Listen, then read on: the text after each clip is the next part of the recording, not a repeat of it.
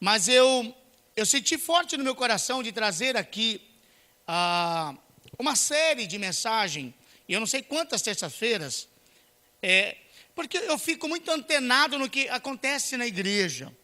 Eu sempre estou muito prestando atenção, e os meus ouvidos estão sempre abertos, atentos, e uma conversinha aqui, outra conversinha ali, eu estou sempre antenado no que acontece, para que eu também sinta um pouquinho como que a igreja está, como que está caminhando.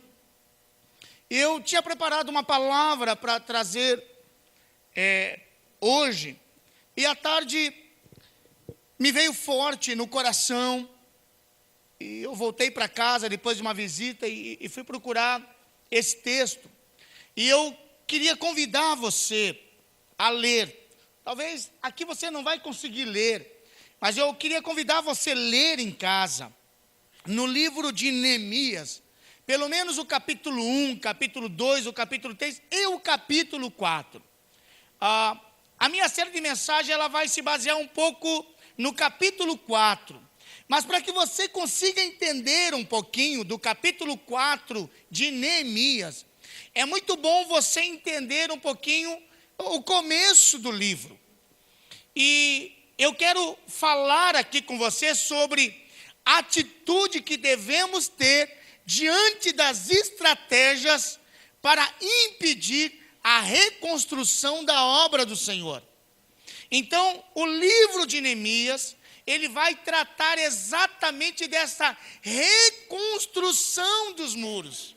Ele vai tratar de quando Neemias foi chamado pelo Senhor e reconstruir um muro que havia sido destruído por Nabucodonosor, destruído completamente, destruiu Jerusalém, destruiu o templo, destruiu o muro, de maneira que não ficou pedra sobre pedra, os portões ficaram queimados, a cidade ficou completamente arrasada. E esta reconstrução, ela acontece logo depois que o povo volta do cativeiro da Babilônia, que esteve lá no cativeiro por causa da desobediência e pela promessa. Então Ciro assume o reinado, ele então libera o povo porque o povo volte para Jerusalém. E nessa reconstrução que começa no livro de Esdras, é uma reconstrução novamente da nação. A reconstrução do muro é uma maneira simbólica da reconstrução de uma nação, da reconstrução do povo. E esta reconstrução, ela gera muitos impedimentos. E aí eu quero falar algumas atitudes, tanto do mal, para impedir a reconstrução, e algumas atitudes que nós devemos tomar e ter para que a reconstrução não pare. E quando eu falo aqui sobre reconstrução, sobre restauração, eu quero me referir em dois níveis: no nível pessoal e no nível ministerial. Porque esta reconstrução ou esta restauração, eu acredito que talvez ela esteja acontecendo na vida da igreja nesses dois níveis. Talvez muito de vocês, é bem possível que as circunstâncias da vida tenha afastado você de Deus, que a circunstância da vida, talvez por um rompimento de relacionamento, e você saiu machucado, a chama espiritual talvez tenha se apagado, talvez o seu sentimento, como o Júnior falou aqui, às vezes fica algumas feridas pelas turbulências da vida, e isso então te leva aqui a uma destruição, às vezes de sentimento, às vezes financeiro, mesmo de vontade, gerando desânimo, gerando um monte de coisas na sua vida. E é possível também isso no caráter ministerial. Talvez você hoje não esteja fazendo aquilo que você gostaria de fazer, não esteja a todo vapor como já teve antes na sua vida, não esteja sendo usado pelo Espírito Santo de Deus, como você já foi usado, como você gostaria de ser usado. Talvez você hoje não consiga desenvolver um ministério por um monte de circunstâncias, por um monte de coisas que hoje impede, mas também é possível que nesses meses, num momento que nós estamos vivendo aqui na vida da igreja, eu acredito que muitos têm sido tocados. E porque tem sido tocado, e porque o Senhor então tem manifestado a graça dEle, o poder dEle, a unção dEle, esta doce presença dEle, então começa a reacender as chamas dentro de nós.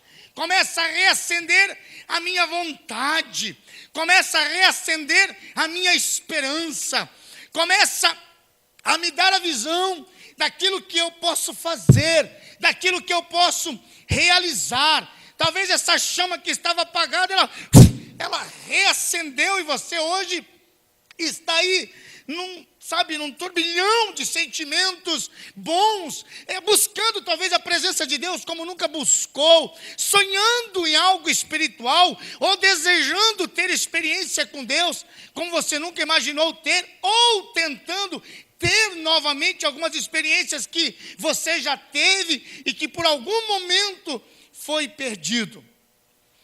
E aí você está percebendo de que não é tão fácil assim, de que você quer isso, você quer essa restauração, você está com esse desejo, você está nesse fogo, você está nesta sede, mas aí você começa a perceber que as circunstâncias, que existem dificuldades, de que às vezes as coisas não acontecem exatamente como a gente gostaria que acontecesse. Vem empecilho daqui, vem uma turbulência dali, vem uma palavra negativa daqui, vem uma atitude dali, e as coisas então parece que você quer e não consegue, e o que é que está acontecendo, o que eu tenho que fazer, para onde eu tenho que ir. Então eu quero conversar com você aqui, nesse texto de Neemias, no capítulo 4, eu nem vou ler hoje, eu vou ler um outro texto com você, e vou entrar nesse texto a semana que vem, porque nós vamos ver aí 5 coisas importantes, que nós precisamos nos atentar nesse retorno. Na história do povo que foi escravizado e que ficou lá por anos na Babilônia e que agora estão retornando. Eu quero que você abra a sua Bíblia lá no livro de Salmo 126. Salmo 126.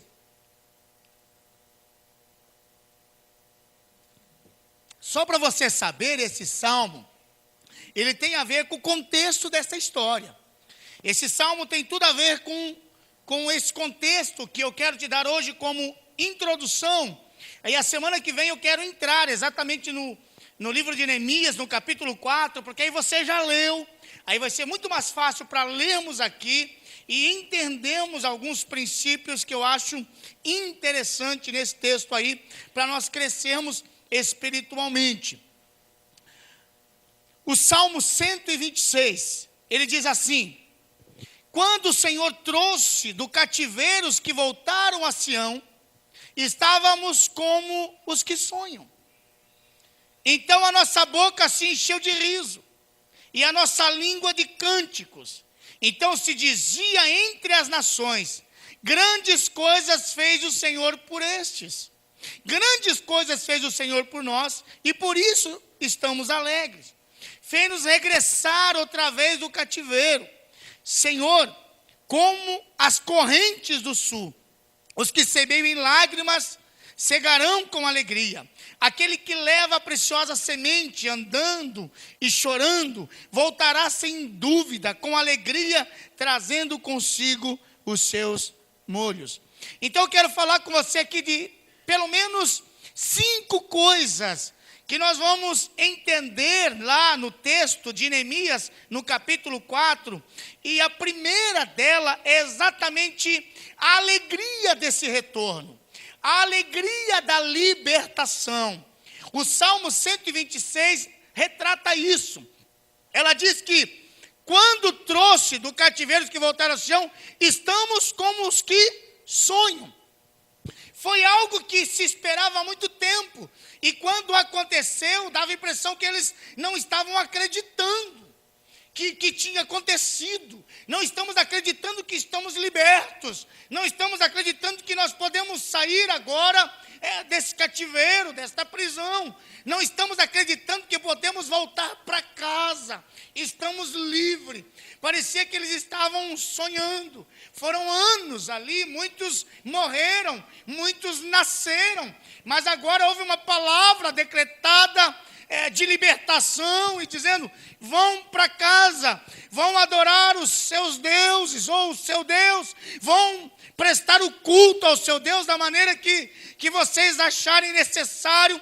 E diz o texto que eles voltaram regozijando, era como se estivesse sonhando. Não estamos acreditando de que a promessa se cumpriu e que agora estamos livres. Então a primeira coisa que mostra aqui é esta alegria. A alegria da libertação. E quando eu olho para esse texto, eu acho interessante que esta alegria, ela vai acontecer aqui de 3 maneiras. A primeira maneira, ela acontece individualmente. O texto vai dizer que a boca deles, ou a minha boca, se encheu de riso. A libertação gera em nós alegria. A libertação gera em nós felicidade.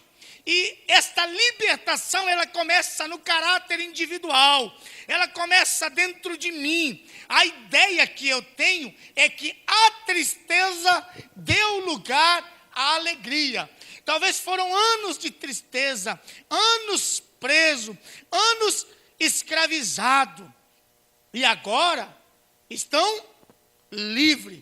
Então, aquela tristeza de estarmos aonde não gostaríamos de estar, de fazer o que não gostaríamos de fazer, dá espaço agora esta alegria. E esta alegria é demonstrada com riso. A nossa boca se encheu de riso. Estamos rindo.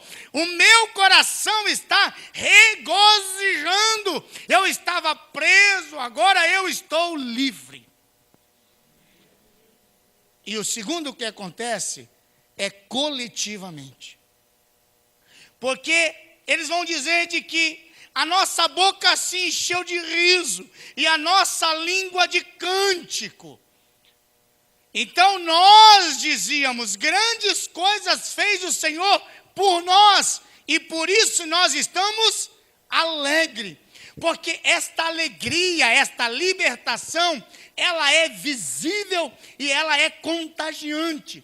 Essa libertação que acontece no meu interior, que traz essa alegria, que traz essa restauração, ela também é de uma maneira coletiva, ela também atinge a minha célula, ela também atinge a igreja onde eu estou e gera uma alegria, uma felicidade. Nós vimos isso aqui quando as pessoas desceram as águas, o quanto a gente vibra, o quanto a gente grita, o quanto a gente aplaude, o quanto a gente glorifica ao Senhor. Por quê? Porque é uma realização de um sonho. Talvez você viu o seu parente, o seu amigo, o seu discipulador, né, o seu pai, o seu filho descendo, algo assim, é como se fosse um sonho, né? Não estou acreditando que está acontecendo de fato e de verdade. Porque é um novo tempo. E isso traz então uma alegria, mas uma alegria coletiva. E eu acho interessante que esta alegria pessoal, que ela vem sobre a comunidade, ela então se torna um testemunho público. É por isso que eu gosto de festa. Porque eu tenho descoberto na Bíblia de que festa é testemunho público. Está aqui, ó. Então se dizia entre as nações: grandes coisas fez o Senhor por eles. É a nação que está dizendo. A nação que está dizendo: grandes coisas fez o Senhor por nós e por isso estamos alegres. Mas ele disse aqui, ó, grandes coisas fez o Senhor por eles. O Deus deles operou, por quê? Porque existe alegria, existe festa. A nossa alegria, a nossa festa, a nossa adoração ao Senhor, seja com cântico, seja com adoração, seja com dança, seja com aplauso, ela é um testemunho. É um testemunho de uma libertação. É um testemunho da manifestação da glória de Deus. As pessoas podem até dizer: esse pessoal é louco, é doido. E somos loucos e doidos porque temos o Espírito Santo de Deus. Porque éramos escravos e hoje somos livres. É por isso que nós pulamos, é por isso que, rapaz, pensa num povo que gosta de festa, né? Então, por isso que eu tenho vontade de pular, tenho vontade de correr, tenho vontade de adorar. É um testemunho público. A libertação, ela mostra o que o Senhor fez por nós. Ela mostra, ela começa aqui individualmente. A minha alegria. E essa alegria então chega na comunidade que eu estou. Chega na minha célula, chega na minha igreja. Aí ela contagia como um todo. Aí as pessoas começam a perceber. As pessoas vêm. As pessoas vêm. As pessoas veem como você é hoje e como você é depois. As pessoas percebem, né? Me permita, a irmã ali que eu estava na casa dela ontem visitando ela, né? Aí nós falamos sobre uma pessoa, né? Ela falou: nossa, como as pessoas comentam que essa pessoa mudou, né? Essa pessoa era assim, assim, assim. Mas depois que essa pessoa começou a ir na igreja, ela é outra completamente diferente. Ela não ri, mas agora ela ri. Ela passava na rua. Hoje não. Veja como que é. Essa alegria de libertação. Essa alegria, ela é contagiante. As pessoas começam a dizer assim: grandes coisas fez o Senhor, por isso estão alegres. Né? Agora imagina a gente fazer um culto aqui, entra, silêncio. Um dia o vizinho me parou aqui. Falou: o que acontece nessa igreja aí? Ele não sabia que era o pastor, que eu era o pastor. Eu disse: porque parece que trocou de pastor aí. Antigamente era um silêncio. Mas agora é uma barulheira. A gente estava numa construção aqui, eu estava ajudando, e ele não sabia que eu era o pastor ainda, né? É assim. A nossa igreja já é escondida. Só que as pessoas têm que saber que nós existimos. Nós estamos aqui. E somos um povo de festa. Só tem que sentir falta. O dia que a gente for embora daqui, o pessoal tem que dizer: meu Deus do céu, cadê aquele pessoal que fazia barulho? Né? Igual a irmã da Gisele. Diz: todo dia de manhã eu acordo com o seu pastor gritando no meu ouvido. Então ele tem que ouvir a mensagem. Né? Tem que ouvir a mensagem. A mensagem, queira ou não. A mensagem entra. O cara tenta dormir de qualquer jeito e o pastor está... É assim. Por quê? Porque grandes coisas têm feito. Por que a gente fez a festa da multiplicação aqui na rua? Né? Colocamos o batistério ali na rua e fizemos a festa. E foi foto para tudo que é lado. E todo mundo ficou. Por quê? O pessoal dizendo assim, pessoal... E aí sabe o que acontece? As pessoas vão querer festejar com a gente. A nossa alegria atrai. Atrai. Não atrai? Atrai. Atrai a nossa alegria. Porque as pessoas começam, né, a ver a alegria e dizer assim: alguma coisa está acontecendo aí. Alguma coisa está acontecendo neste lugar. E eu quero fazer parte do que está acontecendo. Eu quero também essa alegria. Eu quero também essa alegria. E acontece na célula. Lembra o irmão que deu testemunho de que ele tinha uma célula lá, o pastor Sabá, ministrando, ele disse que tinha uma célula lá e toda quinta-feira era um entra e sai na casa do vizinho e a vizinha sempre ficava olhando. E entrava com panela, saiu com panela, um dia ela não aguentou. Ela falou assim, o que acontece nessa casa aí toda quinta-feira? Que é um pessoal alegre que entra com panela e que sai com panela, e eu vejo alegria. Ela falou, eu não sei o que acontece, mas eu quero também me enfiar no meio de vocês. É alegria. Porque quando estávamos na mão de Satanás, era só tristeza. Era uma alegria falsa. Era uma alegria passageira. Mas agora a alegria do Senhor é contagiante em nós. Amém? Uma segunda coisa é que aqui o texto vai nos trazer um contraste com a realidade. Então nós temos a alegria que vai contrastar. Já foi. Vai fazer o contraste, né? A alegria de retornar com a tristeza de ter tudo destruído. Não é assim? Às vezes na vida da gente é assim. Eu entreguei a minha vida para Jesus, eu estou alegre que entreguei a minha vida para Jesus, mas aí quando eu olho para a minha vida, eu vejo que tem um monte de pecado, um monte de coisa que eu preciso, reparar, pessoas que eu preciso pedir perdão, algumas coisas que eu preciso deixar, que eu preciso largar. Então, é isso que aconteceu, eles voltaram alegre, estamos libertos, mas aí entraram no contraste da realidade. Jerusalém está destruído, o templo está destruído, o portão está destruído, os muros estão completamente destruídos, por causa de uma consequência da desobediência, do pecado. Aí tem que começar do zero, tem que reconstruir. Uma terceira coisa é como nesse momento é importante nós temos pessoas do nosso lado que têm a visão espiritual para dizer, nós vamos reconstruir. Vai dar certo. Então você tem a alegria e daqui a pouco você diz assim, poxa, mas a minha vida está toda bagunçada, tem um monte de coisa que eu tenho que... Mas aí Deus vai levantar Neemias e vai dizer, nós vamos reconstruir. Vai reconstruir. Vai tampar as brechas. Vai levantar o que está caído. E vai fortificar o que está balançando. Nós vamos aprender isso. É só um resuminho para você aqui. Como nesse momento é importante termos pessoas que têm a visão de Deus, sabe, disposta a nos ajudar, a nos motivar e a nos fortalecer.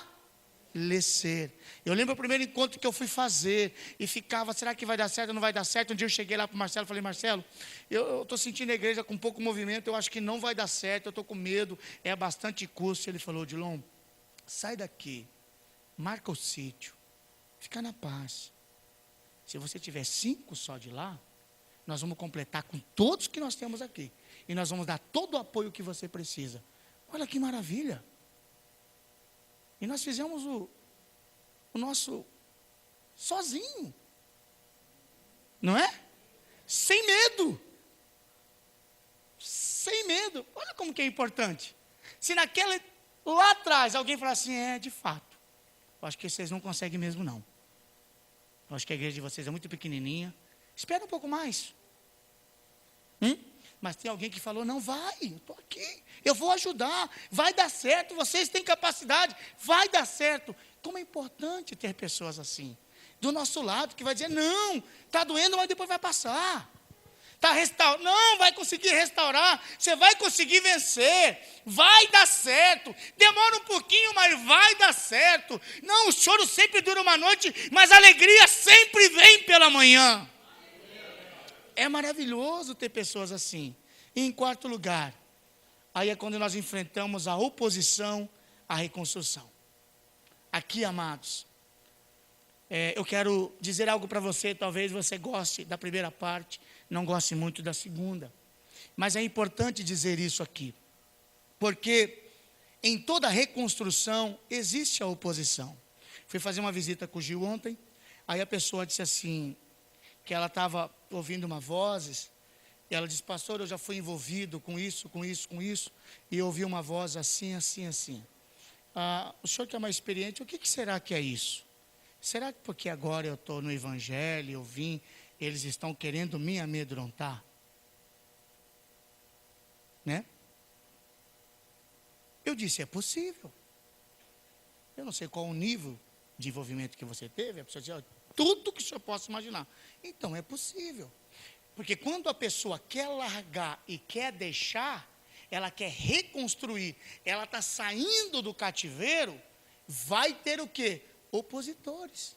Vai se levantar, seja aqui, no reino espiritual, e aqui é muito importante, porque a primeira parte é assim, nós vamos ter pessoas que se levantam, que às vezes não ficam felizes com o nosso sucesso, né? Que dão palavras para a gente, tem.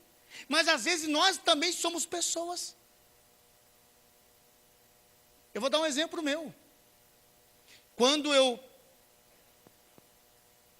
pela primeira vez estava lá na Boas Novas, aí nós fizemos um trabalho jovens para montar um coral, e alguém falou para a Analice dançar, e ela falou que ia dançar. Eu falei, Analice, pelo amor de Deus, você não leva jeito para isso, mas dançar? Você? Falei, eu nunca tinha visto ela dançar.